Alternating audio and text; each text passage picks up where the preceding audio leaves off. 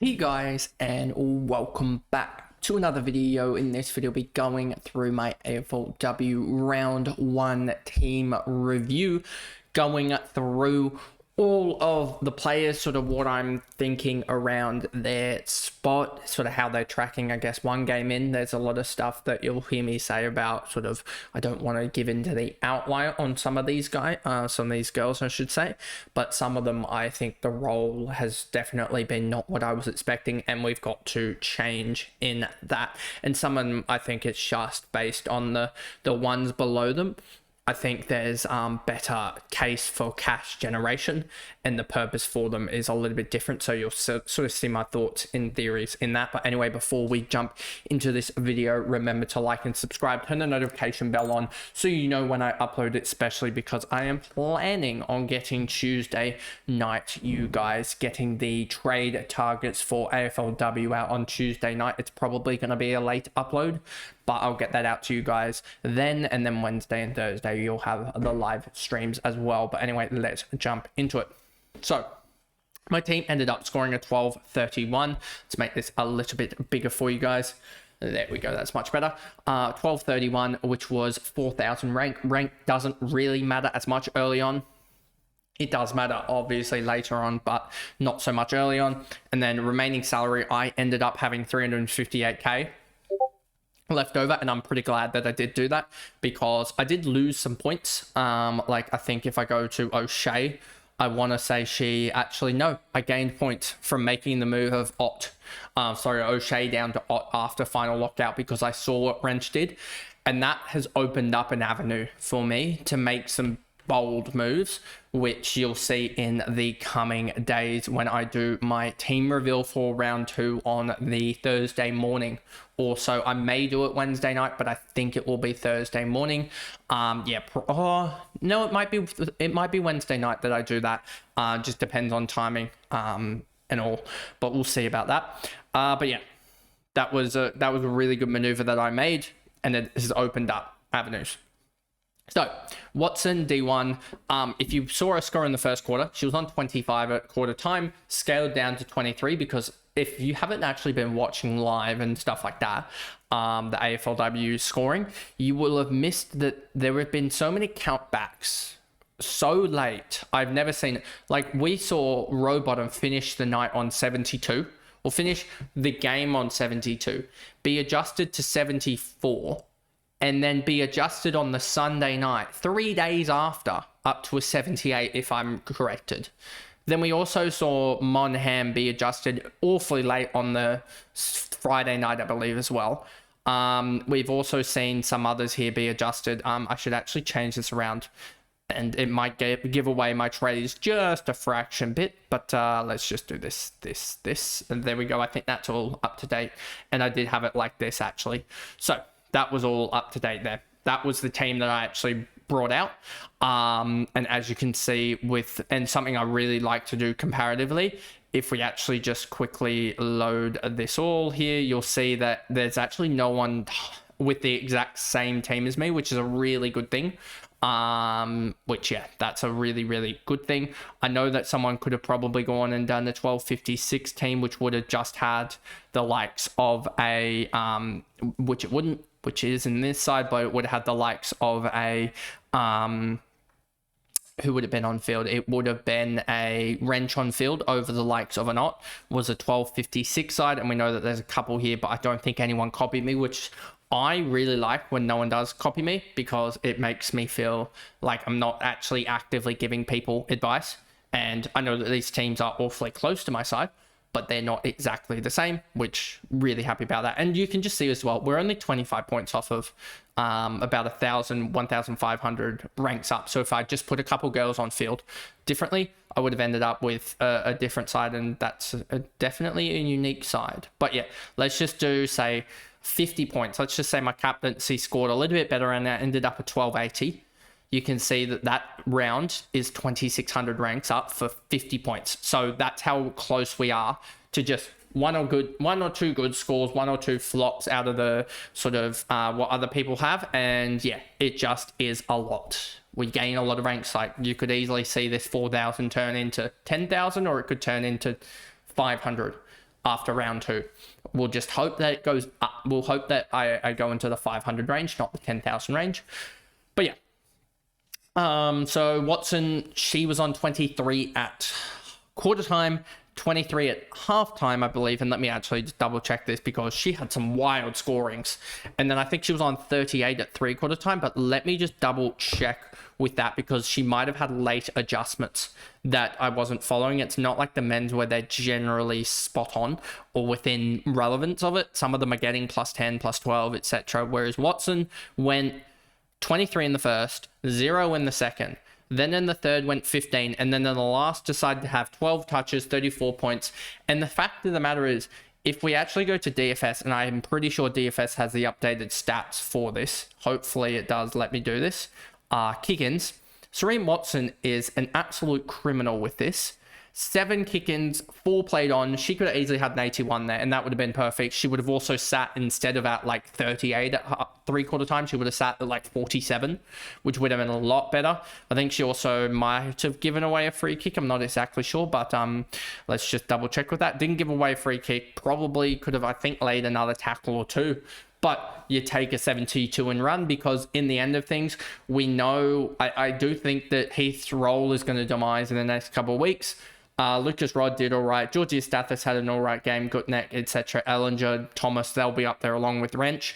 But you can see the general fist of things that it's probably more than likely that these girls are going to, that top 7 for the defender line is going to average around about 70 or so, which Watson's right in that pack at the moment. Cohen, we sort of saw that role and I'm pretty happy about it.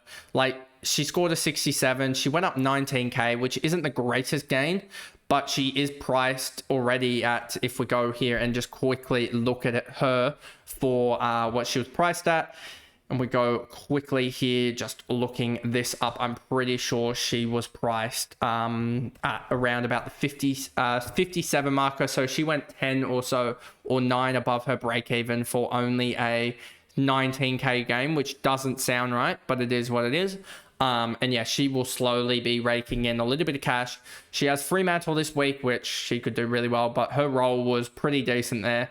20% CBA is not the greatest, but she's definitely around the contest and she's going to only get better, I feel like. So yeah, we'll see how that goes. McLaughlin got tagged to a 59, which I've never seen a halfback get tagged. So I'm happy about that. And she'll be better this week against Sydney. Sydney aren't going to tag the halfback. They'll probably, if I'm being real with you, they might tag Rowbottom. But yeah, let's actually just check. Who are they going to tag? They might not even tag anyone. They might tag a single or Brancatisano or even maybe a Mithun or something like that just to negate their influence. But I do not think that McLaughlin is going to get tagged. And so, yeah, I'm hopeful that she's not going to tag. And it's also at the Gold Coast Stadium. So it's at People's First. So that should also help with the width of the ground as well. Because they did play at West Coast, which I'm pretty sure is a pretty slim ground. Paxman, a 60. She'll be better this week, I think.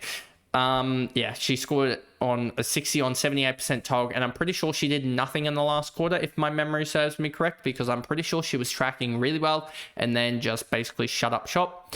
If we look here, quarter 4, she had 2 points and yeah, 19 in the third, 23 in the second, and 16 in the first. So she's tracking pretty well. She just had an off quarter in the fourth.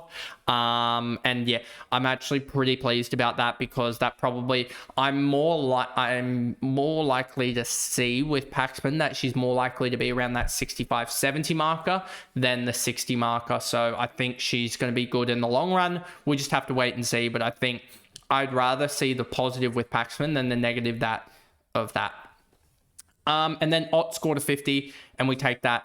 Could have obviously been better, etc. But she was just there so I could take cash out of the likes of O'Shea, who O'Shea was about 130k more expensive than Ott, I think. And to save 130k plus also get +8 is huge, and it allowed me just to have more flexibility this week. I would say flexibility, and it is the difference between a huge set of trades. That 130k is the difference between basically potentially going 2 up, 1 down. That's the type of scenario that I'm going, or two failed players whose roles are horrific or just cash is not there. to players that are going to overtake them very, very quickly in terms of cash generation and roll. And then we get to Wrench. She scored a 75 off the bench. Annoyingly, she was on the bench for me, but she played too early on. And yeah, it's 75. I wasn't going to obviously take a loot for that, but a 75, her roll looks great. If we just look at her roll here quickly, Wrench, if I spell that right, yep, Wrench, you can see 75, 73% CBAs. She was in the CBAs, and that's fine. That's job done. Marinoff, 113. She basically had a quarter to forget, and that was about it. Other than that, she was perfect. If we just look at her stats, quarter 1, 42, quarter 2, 24, quarter 3, 8, and then quarter 4, 39. If that 8 is even a 25, she goes on and scores 130. And I mean, most of us have the double on her, but yeah, it's completely fine. And yeah, St Kilda did really well, but she does have who does she have this week? She does have Geelong this week, and then the week after she does have GWS, who she's probably going to smoke GWS's side, and then the week after that has Brisbane, and then the likes of Hawthorn. So I think that she's still going to score really well. I still think she's massive. Captaincy options in most games. And if we look at it, I'm pretty sure if we look at the midfield, there was only 2 or 3 girls that went higher than her. 1, 2, 5 that went higher than her. And 2 of them were Melbourne girls. So, which I don't think will happen in the long run with Purcell and Hanks. So yeah, she's still going to be, I think, arguably a top 3 each week, I think. Most likely. So yeah, she just had a down quarter, and that was about it, and I'm not too fussed about it. Row bottom, this one was a little bit intriguing to actually watch this. 4 free kicks against. She's a free kick against Annoyance. Probably was the wrong decision to go her over Gardner, but we live it, and I'm happy to give her another week against Sydney. She's probably going to come back strong against them. And yeah, she just struggled a little bit, I feel like, but if she can just get those tackles up another 2 or 3 and then another couple of disposals, she'll be fine. So I think she'll be better in the long run, but was a slow start. Bowers had a second half to remember. I think she was on about 23, 25 at halftime, and then just went absolutely nuts in the second half. 18, 21. So she's on 39 at halftime, and then third quarter she went 36 with 5 tackles, and then the fourth quarter had 5 tackles as well for a 39. That is humongous numbers, and yeah, just absolutely magnificent. And so she ended up on a 114, and she's back to her best. So yeah, glad to have her back. Prezi went 102, slow starter. Like very, very slow startup, but then picked it up and went bananas in the third and fourth quarters, if I remember correctly. She was on 10 at quarter time, and then she was on 41 at halftime, which was all right. And then in the second half went 35 and 26 for a 61-point second half to get up to a 102, which is exactly where we want Prezi to sit. She might need to be upgraded in the later half of the year, but she's made 71k. Pretty sure her break even is down relatively to well, I mean, it started at about a 73. I think it's probably going to be down to around about a 60 or so. If she goes and scores 100 again, she's probably going to go up 100k or so. And she's really going to start making indents into the top of the line for the price point, which, I mean, she's already near and about the top sort of 40 or so in the price point. But if she goes and has another really good round, she can make up a real big jump here. And alongside a lot of these girls falling, she's going to do really, really well. What did Anderson do? 67. So she's falling down quite a lot. You're going to see that quite a lot, is just girls falling down off the pedestal that they were. So yeah, will be interesting there. And then Patricios, this was one that I think most saw. If we go to the price point of sort of that 600k range, and then go total points, Smith, it's all there. Just trying to see Zippy, Smith, and Painter were there. But no one else really in the lower half of the scoring, in the price point, really scored well in the midfield other than Patricios. So I'm glad that I have that, as she could be a one that runs away very, very quickly, because she scored at 89. She went up 95k, but I'm pretty sure she was priced at 54 also to start the year. So with an 89, she's probably going to be priced at about 40. Sorry, have a break even of 40 or 35. And if she goes 89 again, then that's where you really start to see the jump. Like she went 35 above her break even for a 95 cash generation, which 95 divided by 35 is about 2.7. If we say she beats her break even again by potentially 45 or 50, let's just do 50, then that's another 135k, and suddenly you've turned 690 into about 910 in 2 weeks just from a couple of 90 scores. And she could even go bigger than this. She started off relatively slow, if my memory serves me correctly. In terms of the quarter, she started off the first quarter well, but in terms of the overall quarter, I think she started off slowly and then really kicked into it. So 23, 19, 26, and then 21. So yeah, if she can have 1 or 2 more tackles rather than the 2 that she had, if she can get that up to 4 or 5, that's where she's really going to dominate, because if 4 or 5, that's 100 score, and that's a huge monster score. Scholes, 48, was really good at halftime and then just failed to play. Scored 8 in the last quarter, which was not good. And yeah, she's just going to drop in cash. I thought she was going to be the one that turns it around. She's probably going to she's priced at 72, lost her break even by 24, probably going to be priced about 85, 90 going into the round for her break even. So yeah, I think that there's room with like Harris and others there at a little bit cheaper price who have like a 70 or so less break even to make a big difference, because even if Harris just goes 60 for 2 or 3 weeks, she's going to make a bucket load of cash. And so I think Scholes might be one that we swing early, even though she does have the role. It's just that her scoring isn't there.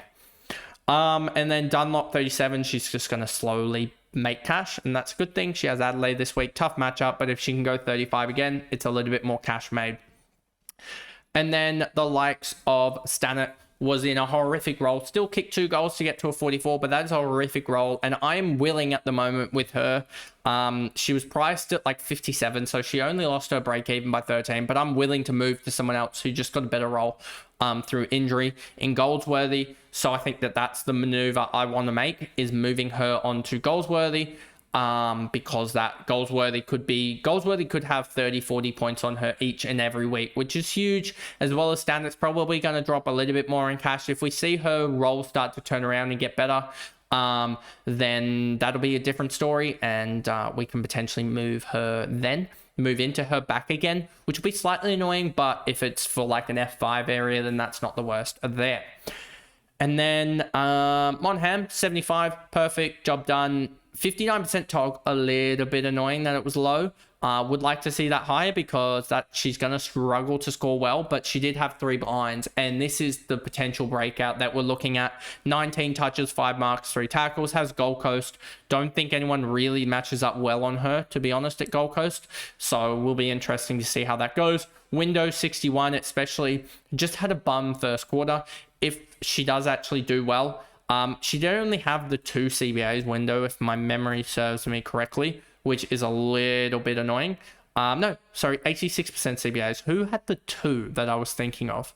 Who had the 2? Might have been Amber Clark that I was thinking of with my potential trades, and in Discord and chat with other people about that. But yeah, window, perfect roll, 61, 73% tog. Her CBAs are up. Her tog's slightly up, but it's not major. But I just think that more opportunities to score than she had last year, and I just think that her tackling is going to really help her, even though tackling is down across the board alongside stoppages and clearances. All the clearance stoppage numbers are down, but I just think that her getting more opportunity in the middle will be good, and she can average 60 for the next 2-3 weeks, make a little bit of cash. She made 24k. She goes up against North Melbourne, say she scores another 65, 70, she's going to go up another little bit, 700k, 750k, 800k, and suddenly we swing the axe. Get her to maybe like a Malloy who suddenly gets a midfield role or something like dumb like that. Then it's like, bang, there you go, and move her on, etc.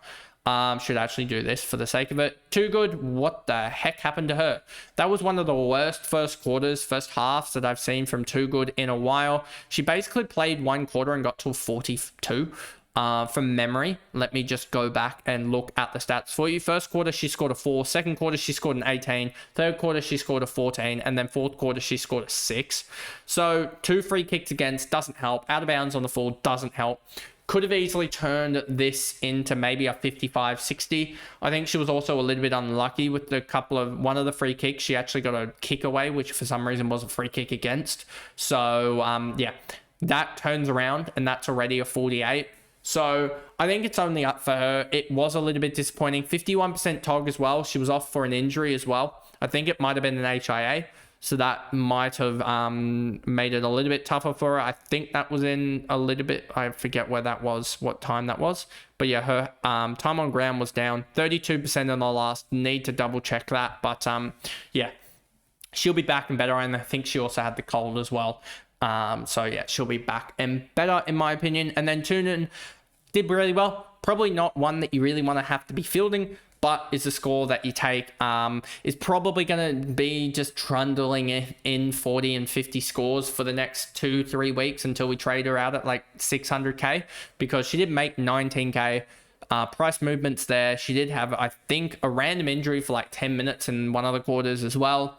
But yeah, she's one that I'm really, really happy with at the moment. And I'm happy that with the trades that I've got planned at the moment, to maneuver her to F6 is a really good place for her to be, because I think her role is going to be a little bit more consistent there than some of the others. But that sucks. Took a risk, failed. But one thing I was talking with Corey about as well, and some others, is just that if Butler's at 320k, you probably, and she loses 10k, let's make that she still loses money.